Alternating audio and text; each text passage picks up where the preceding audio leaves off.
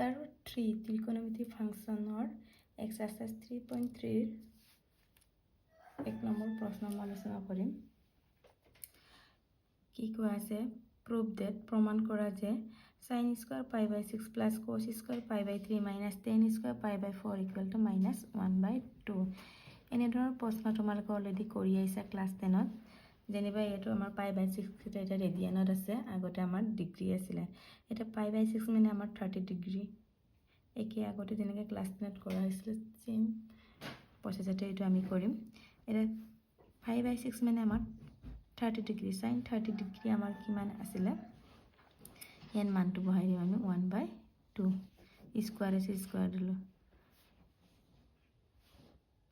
cos 60 pi by 3 মানে আমাৰ 60 হয় cos 60 আমাৰ কিমান আছিল আকৌ 1 by 2 স্কয়ার আছে দিলো মাইনাস আকৌ 10 pi by 4 মানে 10 45 4 ভ্যালু আমাৰ 1 এটা সোয়া জাস্ট আমি এটা ক্যালকুলেশন কৰিম 1 স্কয়ার 1 2 স্কয়ার 4 ঠিক তেনে 1 স্কয়ার 1 2 স্কয়ার 4 মাইনাস 1 স্কয়ার কিমান 1 এটা কিমান হ'ব 1 by 4 plus 1 by 4 2 by 4 minus 1 2 रे परक 2 time 1 by 2 minus 1 किमान हो 1 by 2 means 1 by 2 minus 1 किमान हो minus 1 by 2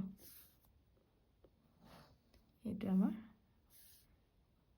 কিমান লাবৰৰ ৰিজাল্টটো minus 1 by 2 আমাৰ ওলাইছে এটা আমাৰ ৰাইট এন্ড সাইড জাস্ট তোমালোকে বেলেখিনি বহাই ক্যালকুলেশন কৰিলে আমাৰ ৰিজাল্টটো ওলাই যায় এটা নেক্সট 2 নম্বৰটো চোৱা 2 নম্বৰটো কি আছে 2 sin square pi by 6 plus cos square 7 pi by 6 cos square pi by 3 equal to আমাৰ 3 by 2 দেখাব লাগে এটা লেফট হ্যান্ড সাইড টু চোৱা 2 sin square pi by 6 plus cos square 7 pi by 6 cos square pi by 3 দিয়া আছে এটা 2 sin pi by 6 কিমান হয় আমাৰ 1 by 2 স্কয়াৰ আছে দিলো আকৌ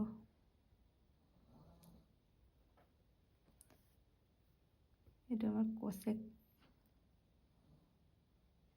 cosec আছিল cosec square cosec square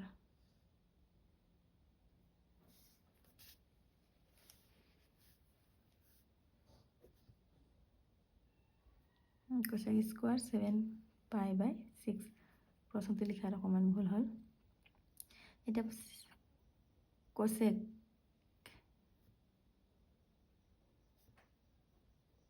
7 pi by 6 আমি কেনে লিখিব পাৰো pi plus pi by 6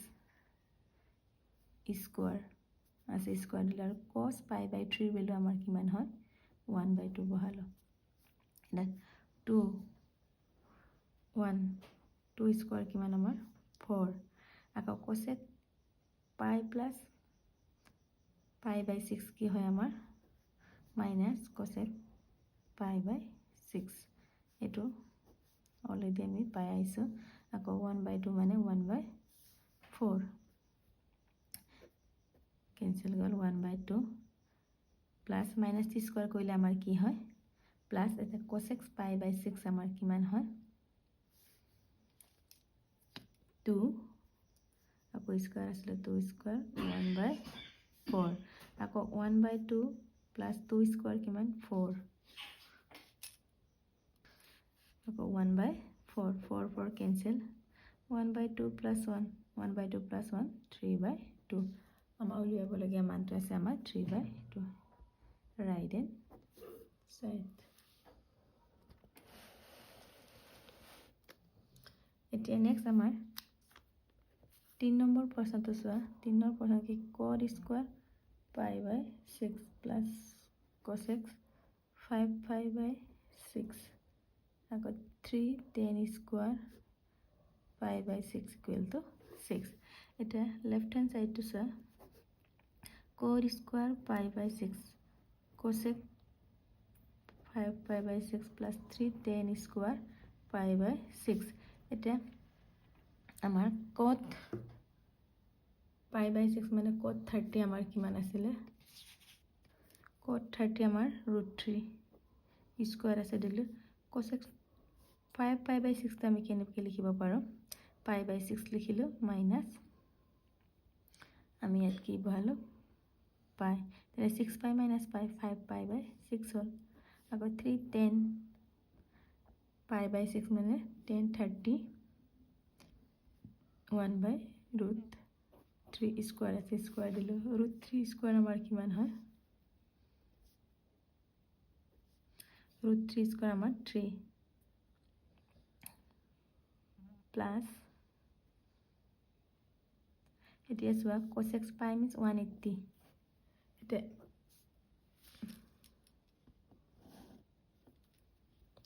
ইয়াৰ মতে চালে ASTC প্ৰথম দ্বিতীয় তৃতীয় চক দ্বিতীয় চক সাইন আৰু সাইনৰ বিপৰীত cosecটো আমাৰ পজিটিভ হয় বাকিখিনি নেগেটিভ হয় বুলি পাইছিলো তেনেহলে এটা আমাৰ কি হ'ব cosec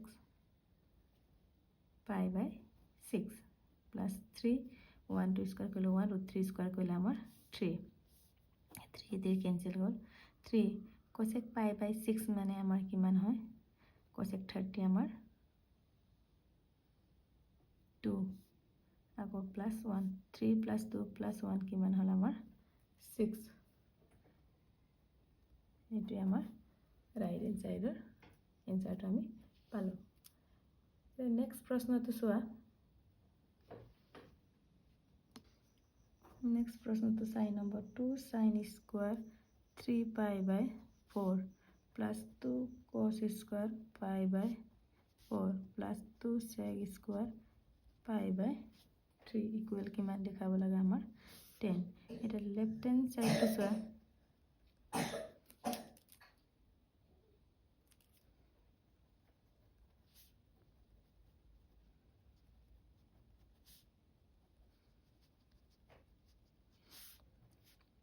এতিয়া কি লিখিব পাৰো 2 sin স্কয়াৰ আমি pi by 4 minus pi লিখিলে আমাৰ 4 pi minus pi কিমান হল 3 pi by 4 স্কয়ার আকৌ 2 cos square pi by 4 cos pi by 4 ৰ ভ্যালু আমাৰ কি আছিল 1 by √2 ভ্যালুটো বহাই দিলো স্কয়ার আছে দিলো আকৌ 2 sec 30 pi by 3 মানে আমাৰ 30 কিমান হয় sec 30 ৰ ভ্যালু আমাৰ sec 60 মানে pi by 3 আমাৰ 60 হয় sec 30 ৰ ভ্যালু আমাৰ আৰু 60 ৰ ভ্যালু কিমান 2 স্কয়াৰ আছে স্কয়াৰ দিলো এতিয়া আমাৰ pi দ্বিতীয় সুকত আছে তেনেহলে আমাৰ সাইনটো কি পজিটিভে হয় এটা 2 sin স্কয়াৰ থিটাৰ ভ্যালু pi by 4 2 1 √3 স্কয়াৰ কৰিলে 2 আকৌ 2 স্কয়ার 4 4 2 jar 8 2 2 কেনসেল হৈ গল আকৌ sin pi by 4 আমাৰ কি হয় √2 স্কয়ার টো দিলো প্লাস 1 প্লাস 8 এটা আকৌ 2 1 স্কয়ার কৰিলে 1 √2 স্কয়াৰ কৰিলে আমাৰ 2 1 plus 8 9 হল 2 2 কেনসেল গল এটা 1 plus 9 কিমান হল আমাৰ 10 কি পালো আমি এটা ৰাইট হ্যান্ড সাইড আমাৰ উলিয়াব এনসাৰটো কিমান আছিল 10 আমি 10 পালো এতিয়া কোৱেশ্চন নম্বৰ 5 টো চোৱা কি কৈছে কোৱেশ্চন মান উলিয়া বুলি কৈছে কিহৰ মান উলিয়াব কৈছে sin 75 ডিগ্ৰী আৰু 2 নম্বৰ হৈছে 10 15 এতিয়া আমি এই প্ৰশ্নটো আমি আগতে কিমান অনুপাত জানো 0 30 45 60 90 তাৰ বাহিৰে আমাৰ ত্ৰিকোণমিতিক মান নাই কিন্তু এটা sin 75 sin 10 15 টোৰ মান আমাক উলিয়াব দিছে এইবোৰ আমি কেনেদৰে উলিয়াম সো এক নম্বৰটো প্ৰথম উলিয়াম আমি যি অনুপাত পাইছিলো কি অনুপাত আছিল আমাৰ 0 30 45 60 90 তেতিয়া কি কৰিম 70 ইয়াত কোন কেটা আমি প্লাস মাইনাস কৰিলে 75 এইখিনি ভ্যালুৱে আমি ল'ব লাগে বেলে একো আমাৰ মান 75 বুলি ক'লে আমি 20 প্লাস 60 55 প্লাস কৰিলে আমি 75 পাওঁ কিন্তু আমাৰ এইখিনি মান নাই আমাৰ যেটো ত্ৰিকোণমিতিত আমাৰ মান আছে এইখিনিয়ে আমি ইয়াৰ পৰা উলিয়াব লাগিব। এতিয়া 75 কোনকেইটা প্লাছ কৰিম আমি? এতিয়া 30 আৰু 45টো প্লাছ কৰিলে আমাৰ কি হয়? 75 হ'ব। এইটো মানহে আমি বহাম। চাইন কি 45 প্লাছ 30 এনেদৰে বহাব পাৰোঁ। বেলেগ মান আমি বহাব নোৱাৰোঁ। এই ত্ৰিকোণমিতিয় অনুপাত থকা মানখিনি আমি বহাব লাগে। এতিয়া চাইন এইটো কি হ'ল? চাইন a প্লাছ b ফৰ্মত আহিলে। কি আছিলে আমাৰ চাইন a প্লাছ বিটো? আগতে অলৰেডি দিয়া আছিলে। চাইন a কছ b আকৌ কছ a চাইন b এইটো আছিলে। এতিয়া a বুলি আমাৰ 45, b বুলি আমাৰ 30 তুলনা কৰি আমি এইটো ফৰ্মুলা দিয়াত বহাম। এতিয়া চাইন a বুলি 45 কছ b বুলি 30 আকৌ প্লাছ কছ 45 আকৌ চাইন 30 এনেদৰে আমি বহাই দিব লাগে।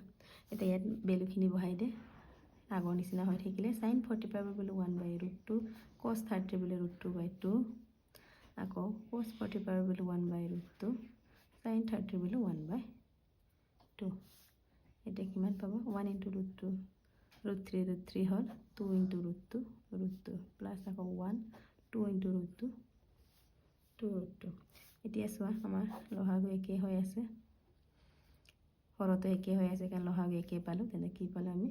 √3 + 1 এইটো আমাৰ এনচাৰটো। এতিয়া আমি 2 নম্বৰটো কি? tan 15 degree. ঠিক তেনেকৈ কৰিম। tan 45 - 30 কৰিলে আমাৰ 15 পাওঁ। এতিয়া কি আহিব আমাৰ? tan a - b টো আহিব। কি আছিলে আমাৰ? tan a - b টো tan a - tan b 1 + tan a tan b এইটো আহিলে। ইয়াত বহাম আমি। কিমান হ'ব আমাৰ? a ৰ ভেলু 45 - tan 30 আকৌ 1 + tan 45 tan 30 ডিগ্ৰী। এতিয়া ইয়াত মানখিনি বহাই দিম। tan 45ৰ ভেলু আমাৰ 1, tan 30 বুলি 1/√3 1 + tan 45 বুলি 1 tan 30 বুলি 1/√3 এতিয়া চোৱা ওপৰতো আমাৰ ভগ্নাংক আছে। ওপৰত আমি প্ৰথম লসাগুলে √3 √3 × 1 √3 - 1 আকৌ তলতো আমি √3 + 1 1 × 1 বচ্চা √3 আমাৰ কেঞ্চেল হ'ল। ইয়াত চোৱা তোমালোকৰ √3 - 1 √3 + 1 এইটো পালোঁ। কিন্তু এনেকৈ থোৱাতকৈ আমি কি কৰিম? আৰু আমি কেলকুলেশ্যন কৰিব পাৰোঁ। পৰিমেয়কৰণ বুলি যে কয়, ৰেচনেলাইজ ইয়াতে কৰিম।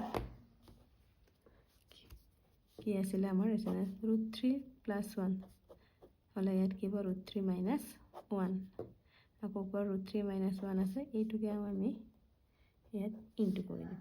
এইটো কয় আমাৰ ৰেচনেলাইজ বা পৰিমেয়কৰণ বুলি কওঁ। এইটো √3 - 1 √3 - 1 ইনটু কৰি দিলে হৈ যায় আমাৰ কিমান হ'ব? √3 - 1 দুটা আছে হোল স্কুৱাৰ হ'ল আকৌ √3 + 1 √3 - 1 a + b a - b ফৰ্মত আছে। এইটো কি আছিলে আমাৰ? a² - b²। a ৰ ভেলু √3 আকৌ b ৰ ভেলু 1 তেনেহ'লে এইটো a - b হোল স্কুৱাৰ ফৰ্মত আছে। ভাঙি দিলে হ'ল কিমান হ'ব? √3² 2 √3 × 1 + 1 স্কুৱাৰ √3² 3 - 1² 1 এতিয়া √3² কিমান? 3 2 √3 + 1 3 - 1 2 3 + 1 কিমান হ'ল? 4 -2 √3/2 ইয়াৰ পৰা আমি কিবা কমন ল'ব পাৰোঁনে? এইটো চোৱা 2 কমন আহিব আমাৰ 2 - √3/2 তেনেহ'লে আমাৰ 2 কেঞ্চেল গ'ল। কিমান পালোঁ আমি এনচাৰ? 2 - √3 এইটোৱে আমাৰ এনচাৰটো। এনেদৰে আমি উলিয়াব লাগে এনেধৰণৰ প্ৰশ্নসমূহ। ইয়াৰ পিছৰখিনি মই নেক্সট ভিডিঅ'ত আলোচনা কৰিম।